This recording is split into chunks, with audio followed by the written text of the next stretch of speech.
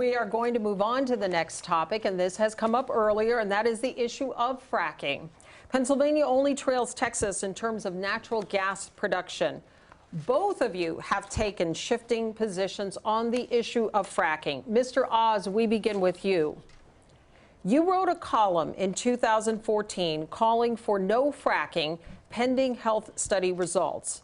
But in a video posted on social media in March, you said, quote, natural gas guarantees high-paying skilled jobs right here in Pennsylvania, so back off Biden, give us freedom to frack. Mr. Oz, please explain that changing position. 60 seconds. I've been very consistent. Fracking has been demonstrated. It's a very old technology to be safe.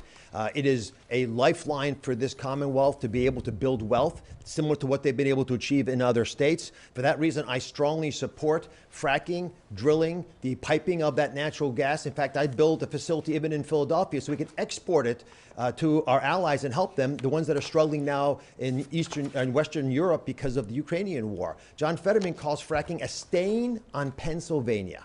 He says that he would sign a moratorium to ban its continued use. He's against pipelines. He voted or supported the vote against the Keystone pipeline that ended up shutting it down. He supports Biden's desire to ban fracking on public lands, which are our lands, all of our lands together. This is a extreme position on energy. If we unleashed our energy here in Pennsylvania, it would help everybody. Why John Fetterman is so rigidly stuck on fighting against energy companies is stunning to me, because it's the jobs I want. Tens of thousands of high-paying jobs to help Pennsylvanians. Thank you, Mr. Oz. Oz rule. Mr. Fetterman, 15 I seconds. absolutely support fracking. In fact, I live across the street from a steel mill, and they were going to frack to create their own energy in order to make them more competitive. And I support that, living closer to anybody else in Pennsylvania for fracking to myself. I believe that we need independence with energy, and I believe I've walked that line my entire career. I believe Democrats... Mr. Fetterman, I do have a specific question which you can continue on this topic, but you have made two conflicting statements regarding fracking.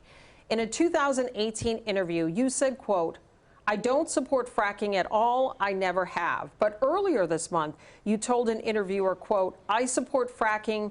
I support the energy independence that we should have here in the United States. So, Mr. Fetterman, please explain your changing position. 60 seconds. I've always supported fracking, and I always believe that independence with our energy is critical, and we can't be held, ransom to somebody like Russia. I've always believed that energy independence is critical, and I've always believed that, and I do support fracking. I've never taken any money from their industry, but I support how critical it is that we produce our own energy and create energy independence. I must correct the record. Just a second, Mr. Oz. I do want to clarify something. You're saying tonight that you support fracking, that you've always supported fracking, but there is that 2018 interview that you said, quote, I don't support fracking at all. So how do you square the two? I do support fracking, and I support fracking, and I do support fracking. Okay. Thank you, Mr. Fetterman. I'm sorry, Lisa, but there's not just a statement you read. There are multiple. There's pictures of him signing a moratorium. We have to move on. But we have to get the fundamentals of the truth out here. John Fetterman over and over again took positions against energy. We have a lot of topics. You will have a chance to have that in your closing. There may one comment then. The energy industry is living in fear of John Fetterman. I want to know why. On to the new topic. We want to now turn to public safety.